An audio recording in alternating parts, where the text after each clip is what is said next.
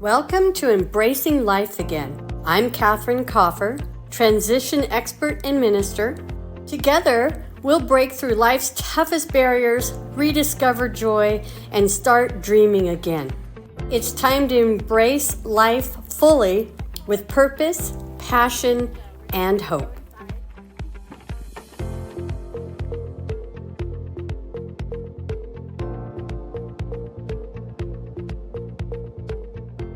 Welcome to Embracing Life Again. I'm your host, Catherine Coffer, where we bring inspiration through transformation.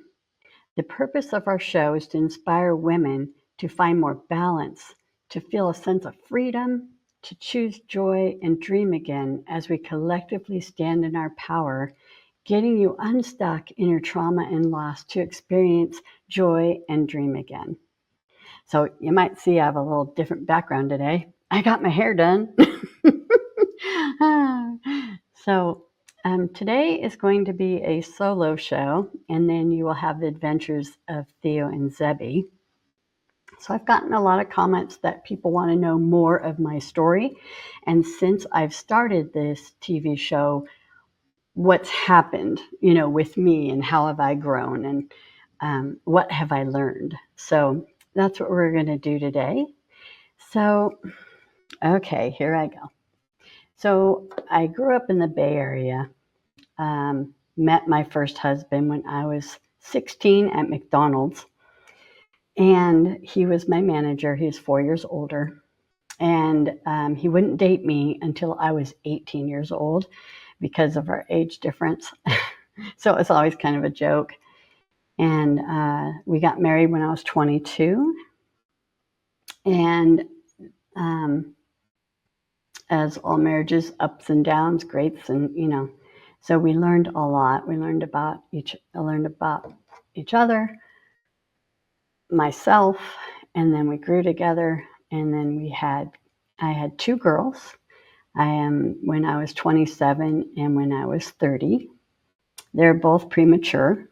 They both were a month early. So one of them got to come home, but the other one, there was a trauma there for me. They let me go home with her, but the problem with it was I didn't know she wasn't latching. And being 4 weeks early, they don't always have the sucking power. And I didn't understand that until one day I'm holding her, and then I'm like, I can't get her to wake up. And it was so scary. So I called the doctor, and he goes, get her in here right away. So I brought her in, and he couldn't. He was getting worried. He couldn't wake her up either. And so he says, okay, let's try this. So he takes a dropper, and he just keeps dropping little tiny drops of formula the whole time. And all of a sudden you see her wake up. He goes, I know you didn't mean to, but she was starving. And he goes, because she wasn't latching. I'm like, oh my gosh. That was so traumatic for me. I had no idea that I almost lost a child if I didn't figure out that, okay, I gotta take her back. And then she had to be under lights, and her liver was malfunctioning, and it was a big thing. All the while at home, my mom is with my oldest daughter, and she was 3 at the time when her sister came along. And then my husband and my mom got in a fight. It was a really stressful time. So my mom leaves, and I'm in the hospital with my daughter, and they're teaching me I have to breast pump and feed her every 2 hours with a dropper. So that was fun. So that was not a really fun time, and I think my daughter kind of remembers that because I don't know if it's come from the trauma or it was middle school, but she became anorexic. And we kind of knew it, right? So we'd feed her anything she wanted. Just eat. But she always had a dysmorphia about her body and being anorexic. So then she became suicidal. And this is when she's a teenager.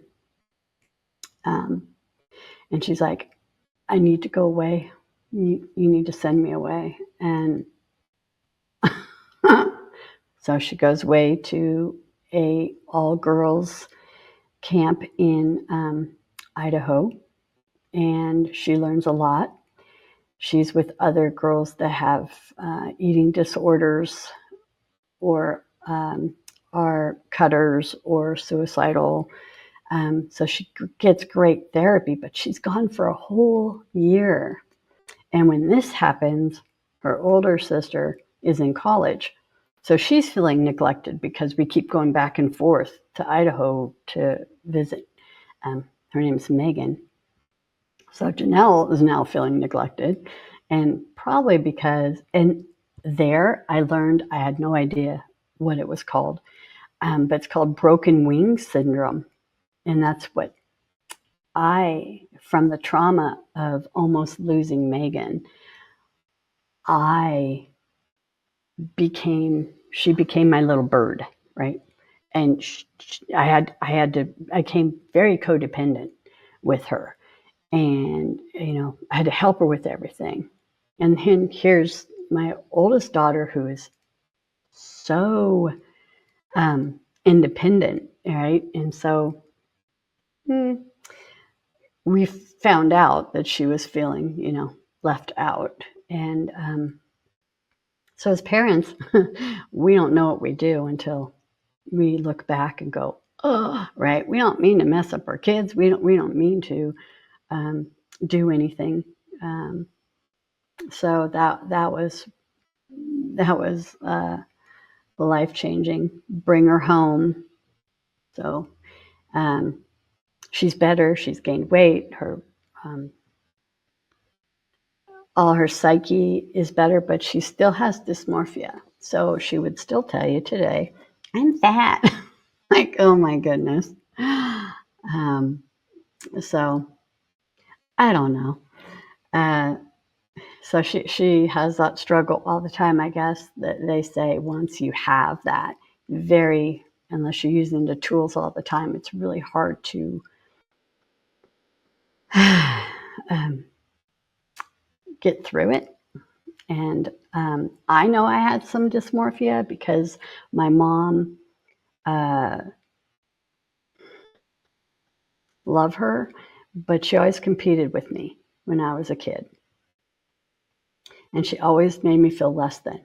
And I think it's because it made her feel better about herself. So she was always competing with me with weight, with what we looked like. And so I have a little of that myself, right? So I'll go into that later. So both girls are in college. It's 2015. I'm a realtor by trade, so I'm with my buyers doing a buyer presentation at my office, and I get a text from my husband saying, hey, going for a ride. He was a cyclist. That was his passion. He just felt his freedom when he rode. So I always knew something would happen to him riding his bike. What you don't know, okay, wait, I'll finish that story. So as soon as I say, sure, I'll pick you up at your friend's house. He wasn't looking on his phone at the time, but it was amazing that when I pressed send, that was the time he was struck by a car. He was T-boned by a car who ran the red light. And I had people reenact the scene, and they're like, he never knew what hit him. So that's a good thing. He was brain dead instantly. He was helivaced to John Muir Hospital. still not knowing what had happened. I get a call at 6 p.m. I wasn't supposed to pick him up till 7, so I'm not thinking there's anything wrong. And John Muir calls and says, is this Mrs. Coffer? I said, yes. And she said, is your husband George Coffer? I said, yes. She said, he's been in an accident and we need you to come to the hospital. Can you have someone pick you up? Because we don't want you, panicking and getting in an accident while you're coming to the hospital. They always want that. So I call my friend and I said, hey, can you pick me up and take me to the hospital? George has been hit or in an accident. And he was the last person I thought would ever get in an accident. He was so careful, and he always knew where cars were. He always knew what was in front of him, what was on the side of him. So it was so strange. But I found out that he was at a stoplight, right, waiting for it to go green, only a mile from our house. So he is following a Suburban. And Suburban starts going. So you're thinking it's all clear, right? So he starts pedaling, and the Suburban backs up because they see this gal not stopping. Thank God, because they had 3 kids in their car. And the reason I just shudder is because those 3 kids saw her hit the gal that ran through the red light, hit George, him, go through her windshield, bounce off her car, fly 100 feet. His bike flies 200 feet. And even the driver, I can't imagine her dreams that she has. Because I still remember seeing him in the hospital still. So I can't imagine. And I've done my forgiveness, and I knew it wasn't on purpose. But boy, did I want to try and make it on purpose. It's Cinco de Mayo, right? I'm hoping, maybe she was drinking. I was hoping there was some explanation why the heck she would run that light. She just wasn't paying attention from what they said. Anyway, so I get to the hospital. I have called all my friends to pray. I've called all my family. All of his friends come to the hospital. My family comes to the hospital. We're all there. The police officer comes and says, are you Mrs. Coffer? I said, yes, I am. She goes, I need you. Can you come into this room? I'm like, okay, can I take my brother? So I brought my brother in. And she goes, I need you to sit down. I'm like, no, I've seen too many shows. I know what that means when you say sit down. When you're in a hospital and someone says sit down, you know something happened. And so I sit down and she tells me the story. She says, your husband's fighting for his life. He's on life support. And then she goes, I need to take you to the doctor. So Skip and I, my brother and I, go to the upstairs, go to the doctor, and he goes, your husband's fighting for his life. We have given him everything we can. He was instantly brain dead, and he's fighting. He does not want to be here. So we don't even think he'll make it another half an hour. And I said, but my girls, I'm having them fly from their colleges to see their dad. And he's like, he's not going to make it. He doesn't have the will. He wants out. And I guess it's rare for them to fight and not want to be on life support, but I guess he did. Even the drugs that they gave him to keep him going, it wasn't working. So we finally got permission to go see him, and all of our friends are around. We're all around. And I see him, and I hold his hand. I said, he's cold. why is he cold? He's on life support. I don't understand. You're keeping him alive. Why is he cold? And I said, he's been here a while. And I said, well, I get that. But can we wait till the pastor comes to take him off life support? I know that's what he wants. The reason I knew that's what he wanted is because 2 weeks before this accident happened, he told me, he sat me down. He goes, Kath, I don't know why I have this premonition that if I die and I'm brain dead and I'm incapacitated, take me off life support. I don't want to be on life support. I know where I'm going and you'll be fine. I will be fine. So, and he basically described what happened. It was, and I didn't think of it at the time. I'm thinking, okay. And so he told me what he wanted he wanted to be cremated. What he wanted for his memorial, everything he told me. So that's why it was so easy for me to do, because I remember exactly what he wanted. So anyway, getting back to it, and this is a big point. He died a half an hour later, with or without me pulling the life support. So he hung on to have the pastors come and pray for him and us to all say goodbye. And then we turned off life support and he gone. I said, what do I do? What do I do? My daughters want to see their dad. And the doctor's like, you don't want your daughters remembering him this way. Because by the time they get here, he's going to be more black and blue. He's going to, he's not going to look good. And you don't want them to remember him. I don't want to remember him that way, right? Because I had to see it. And he really wasn't horribly bad. So if you're ever in that position to where you have to make that call and your kids aren't there, or someone that they love is not there and they want to see your loved one, give them an option, right? I went home. All my friends, my family came home with me. And we waited for the girls to come home. They had no idea. They just know their dad was in an accident, right? So when they came in, I had to tell them, and they just fell to their knees crying. And so I had one daughter. I said, the doctor doesn't want you to see him the way he is, because they don't want you to remember him lying there.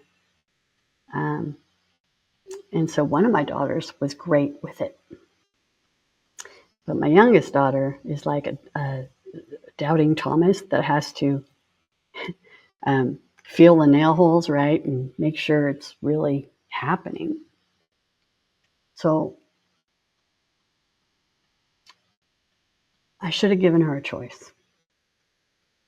So if you have people, and they may or may not know what they need with that, but I knew, right? So that all to say, give people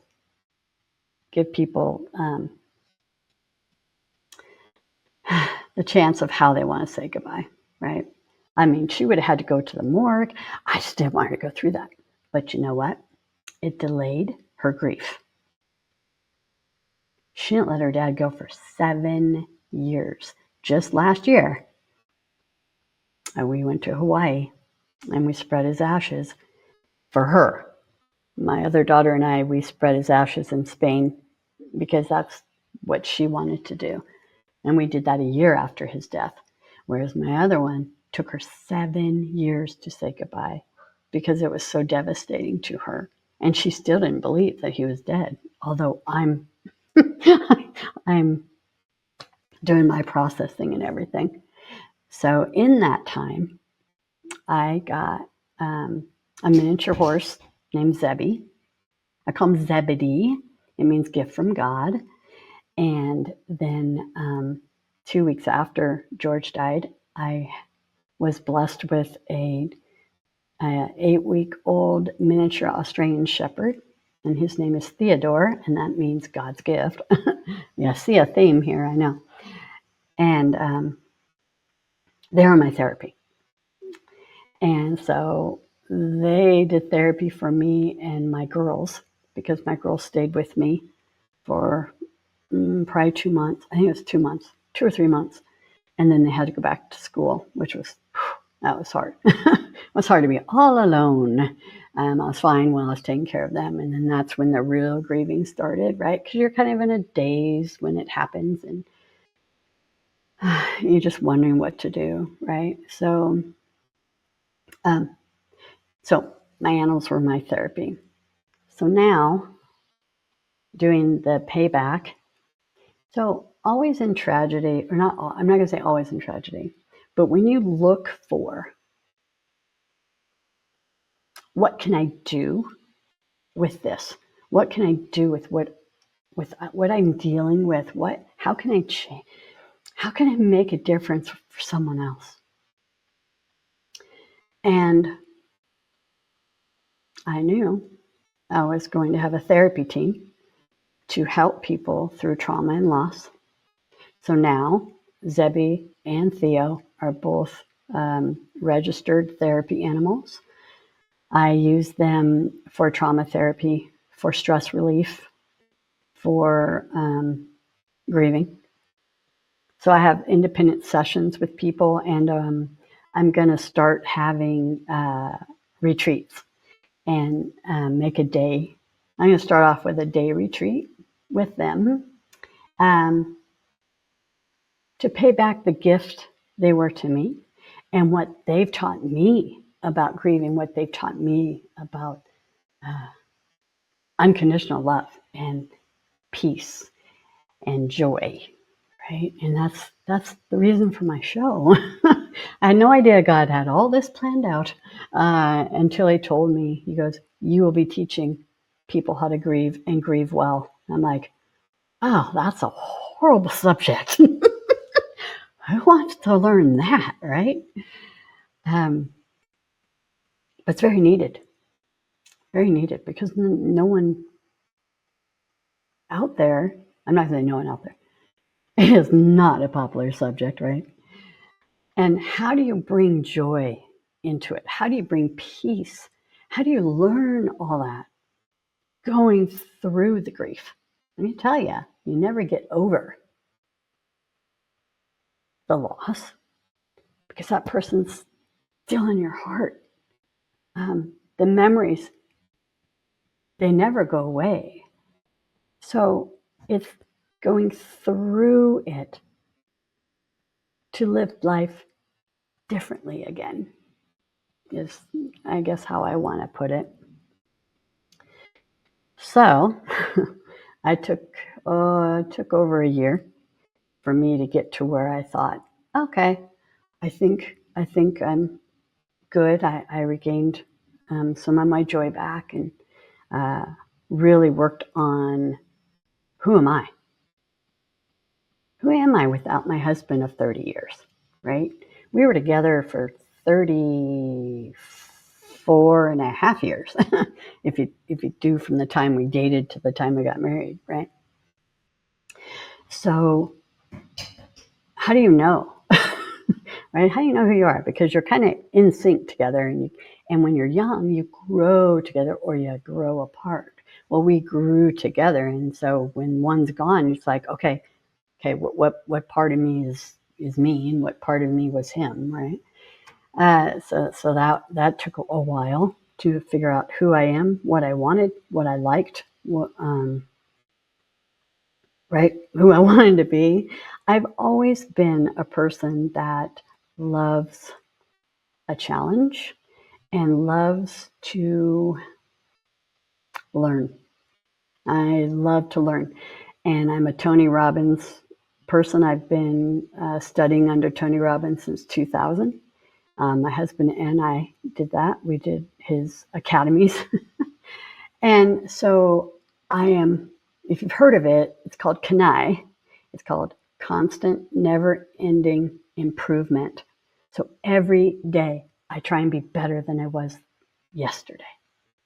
And that just stuck with me, and it's who I am, and it's who God is using me to be to help others go through traumas and losses, right?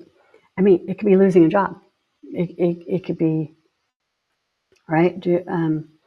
So much trauma. It could be going through divorce. And speaking of which, I did get remarried.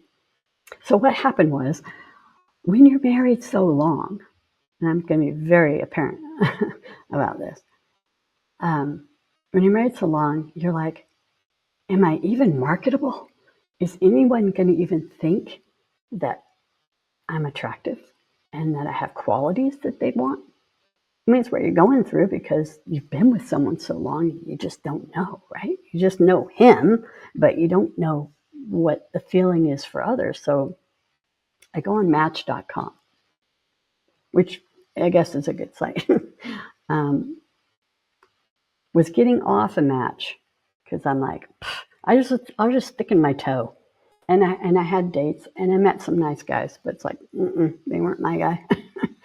And so this one guy comes back around and says, "Oh, sorry, I missed your thing." And so I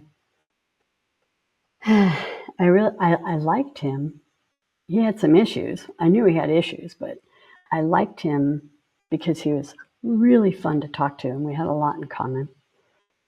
And so we were just going to be friends. And then I decided to marry this guy because I married his potential. And that's another lesson, and we will talk about that in at another time. You never marry someone for their potential. You have them show you who they really are, and if you can deal with that, that's great. Don't marry them for who you think they can be or who you want them to be. That is the biggest mistake, and that's what happened. I married him, and as soon 6 months after we were married, he goes, "Oh, by the way, I'm bipolar." I'm like, "Oh, great." Oh my God, my world flipped upside down. He would stay on his meds. He was really good about his meds, but that guy was on every freaking med known to man. He would come home with bags of psych meds. Okay, it was, and then to where he would just be numb. He neglected me. He barely even acknowledged me when I came in the door. It was bad. He had the one where you get really depressed, and then so I became his nurse and his purse because he couldn't hold a job. He couldn't. He was a thrill seeker, so he was an extreme sports person, and he had broken like every freaking bone in his body. So I was like Evel Knievel, and so his first wife left him because he had all these surgeries, and she never knew if he was going to come home dead or alive, right? Then I get him, and then it's surgeries for everything that had gone wrong from before, right? Ugh.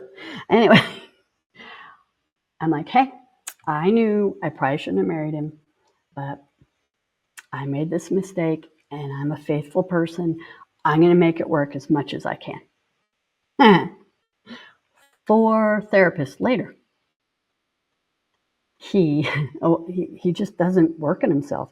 I'm working on me, figuring out, okay, here we go again. What do I want? Who am I? Because of his neglect. And I even asked him, I said, "You did this to your first wife, didn't you?" He goes, "No, I didn't." I'm like, "Yes, you did." And he goes, "Oh, I guess I did." So then he calls his mom, "I screwed up again." And I'm like, "Oh no." So one of the therapists had said some men who are very testosterone drone, where they're after the chase. It's the chase that gives them the high. Once they've gotten what they want, they don't have to do anything. They're not who they courted you to be, right? They courted you, they were great. You're like, oh my gosh, he's everything. And then even my family goes, what the hell happened? Who is this guy? I'm like, exactly. So I finally didn't want to be in a loveless marriage anymore. And so I made it to where I was okay, and to a point where he would be okay, because I wasn't just going to kick him out. That's not my heart. I have I have a really good heart, and I can't do that to someone. And so I made sure he had a job. I made sure that he had a place to be and to stay. I even helped him move. Okay, because I told him, I said, I want to be friends. We're better friends than we are married. So let's just end this, right? Ends up, I couldn't be friends with him anymore. I couldn't be friends. It was too triggering for me. And now Kathy's turned to work on Kathy again. So I went and worked on my codependence, and then was getting my self-love back and knowing I am worth it. I am worth being loved. I am worth being adored. And that's all I wanted. That's all anyone wants, really, is to be loved and adored. Not necessarily adored, but I do. I want to be adored. And so we got divorced. He's gone, working on myself. It's a year later. I hire a dating coach to work on my self-worth, my self-love, so I know I'm not going to attract the same kind of man. Someone who's needy and wanted me to take care of him. He wanted a mommy. I'm not doing that. And I learned very much, do not don't marry for who you think they could be, because you can't change them. And unless they want to change, they're not going to. So I started this program after my divorce, by the way. And what I've learned is, if you put your mind to it, when I was approached saying, hey, people have got to know your story, people have to learn from you and how to do the things that you've done, I'm like, yeah, right. Uh-huh. I hated video. I'm a realtor by trade. And I was supposed to be doing 60-second, videos for my real estate. I wouldn't even do that. And then they want me to be a TV show host. Funny, funny, funny. Well, God is funny. So I had the gal that wanted me to be on her network teach me how to be a TV show host. And I'm here. It's crazy. Would I have looked back last year and said, oh, you're going to be a TV show host. You're going to help people. Well, I already knew I was helping people because I already had my therapy animals that I was helping people with, right? So now it's like broader, and now it's going to be even broader. So I'm really excited. This year, I'm planning to do over 40 shows.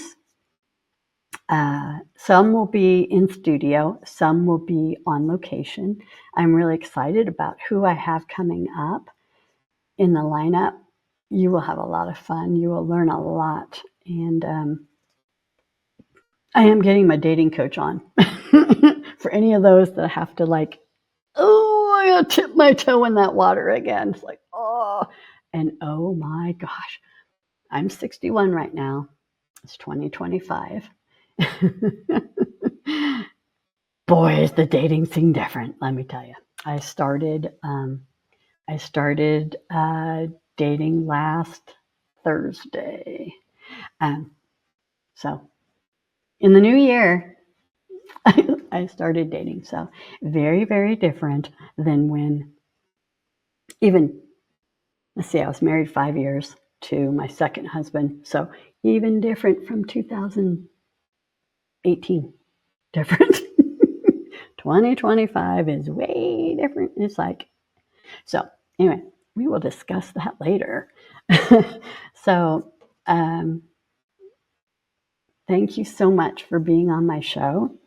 Don't forget to wait for Zebby and Theo's adventures coming up in a minute. And I will see you next Wednesday for my live show for Embracing Life Again. And if you want to get a hold of me, please email me at info@embracinglifeagain.com. Bye for now. Coming up next, Adventures with Theo and Zebby, right here on Embracing Life Again with Catherine Koffer.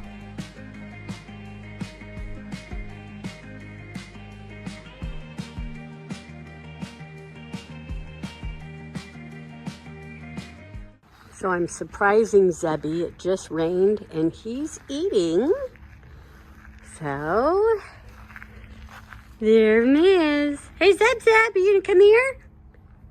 Anyway, he has his blanket on because it's under 50 degrees and I have to keep his coat a certain way. And so usually he neighs at me, but he's like, I'm eating, Mom. Hi, sweetheart. So today is training day. We're going to be training. So every week, I bring his trainer out and we work on different things for him. Today, we're probably going to be doing karting, right? So I'm trying to teach him to kart. So he'll be in a harness and he's learning to move in rain. We don't have the cart on him yet, but so I will show you the training involved in that. See you soon. Okay, so it looks like Zebby is getting hooked up and we're gonna practice long reining him today. See different pressures, see what he likes better than others for the training. So we're going to lunge Zebby to get him warmed up before we put the surcingle on him. And I'm trying to be still so you guys can really see what's happening. And that's my trainer, Amanda. So we train every Thursday if we can, if I'm not traveling. So he's so well trained, let me tell you. But I've spent hours and hours and hours on this little dude. So I just wanted you to show you what lunging looks like. And all it is getting him warmed up in a circle, and then she'll turn him around to go the other way. And then I'll put the reins on him and we'll show you what long reining looks like, getting him ready to pull a cart. Amanda, what are you doing with him right now? So this is long reining, and I'm able to teach him how to be sensitive to reins. Obviously, we can't ride him, so this is the next best thing. Trying to keep him nice and straight without any arguments. I'm in a position where he can see me, so he's more relaxed instead of being behind him like I would in a cart.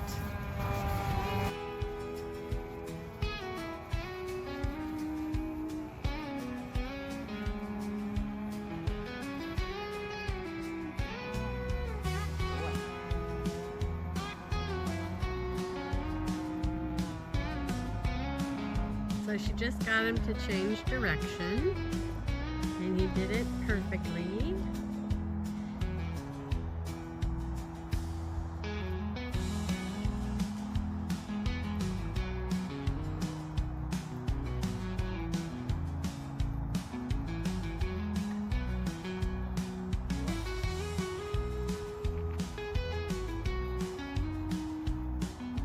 So you're still on his side, right? Yep.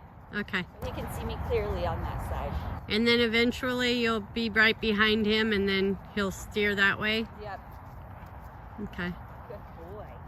So she's moving him again, making him go straight.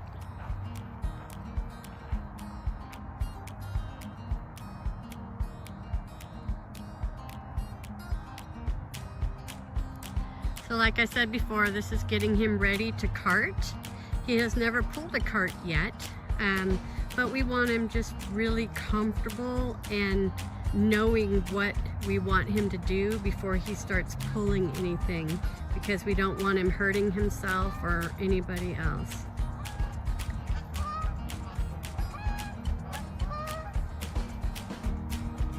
He's just such a calm kid. I love this kid. He's just such a good boy. You've taken the first step to embracing life again. Let's continue to break barriers, find joy, and dream without limits. Join us next time and let's discover inspiration through every transition together.